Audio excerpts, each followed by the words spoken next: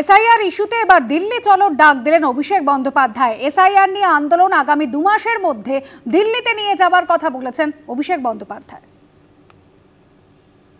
আগামী দিন তৃণমূল কংগ্রেস দিল্লি যাবে এবং এসআইআর এর প্রতিবাদে বাংলার ক্ষমতা কি সারা ভারতবর্ষকে দেখাবে। দিল্লি যাওয়ার জন্য প্রস্তুত থাকুন। মতুয়ারা কার, তৃণমূল কংগ্রেসের নাকি বিজেপির? গতকাল মমতা বন্দ্যোপাধ্যায় এবং অভিষেক বন্দ্যোপাধ্যায়ের মিছিলে মতুয়াদের উপস্থিতি কিন্তু ছিল ভালোই।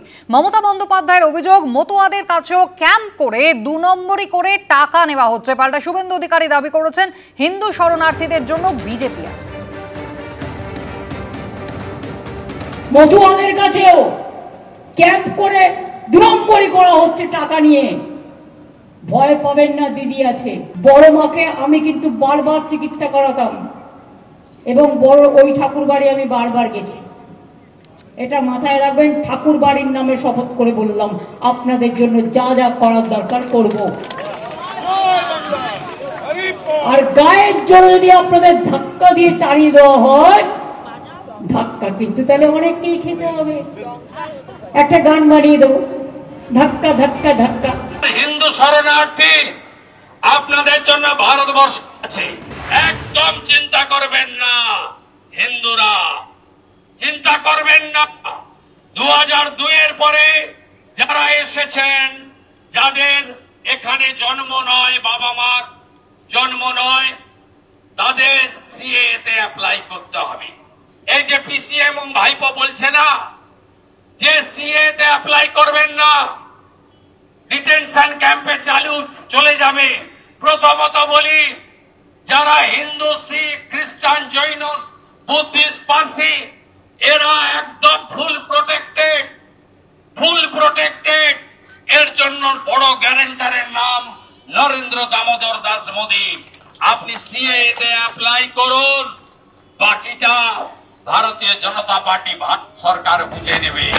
এসআইআর এর বিরোধিতায় জোড়াসাঁকো থেকে রেড রোড থেকে জোড়াসাঁকো পর্যন্ত পথ হাঁটলেন মুখ্যমন্ত্রী মমতা বন্দ্যোপাধ্যায়। আর তার এই 4.5 কিলোমিটার পথে সামিল হয়েছিলেন অসংখ্য মতুয়াও।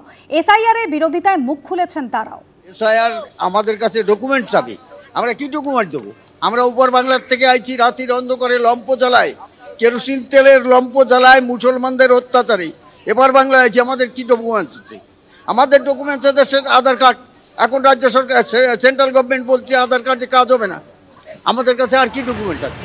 এসআইআর এর বিরোধিতায় সুর চড়িয়ে আজ থেকে কিন্তু মমতা ঠাকুর তিনি অনশনে বসছেন। অল ইন্ডিয়া মতুয়া মহাসংঘের মমতা ঠাকুর পন্থীরা তারা আজ থেকে অনশন শুরু করবেন।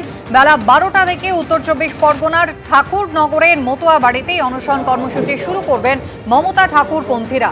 এসআইআর এর কারণে 1 কোটির বেশি মতুয়া সম্প্রদায়ভুক্ত মানুষ ভোটার তালিকা থেকে বাদ পড়বেন, এই অভিযোগ তুলে গত শনিবারই আমরণ অনশনের কর্মসূচি ঘোষণা করেছিলেন মমতা ঠাকুর। আজ থেকে ঠাকুর বাড়িতে প্রয়াত বীণাপানি দেবীর ঘরের সামনে ধর্নায় বসছেন তার অনুগামীরা। বেলা 12টা থেকে শুরু হবে, দুপুর 12টা থেকে শুরু হবে। প্রস্তুতি খুব ভালো, চারিদিকে খুব ভালো সাড়া আছে। কালকে প্রায় 1000 লোক জমায়েত হবে। আমার মনে হয় ওখানে কতগুলো বাংলাদেশি মুসলমান, কতগুলো রোহিঙ্গা, কতগুলো ভুতুরে ভোটার, যাদের আজকে চিন্তার ঘাটতি হচ্ছে, তারা আজকে সেখানে বসবে।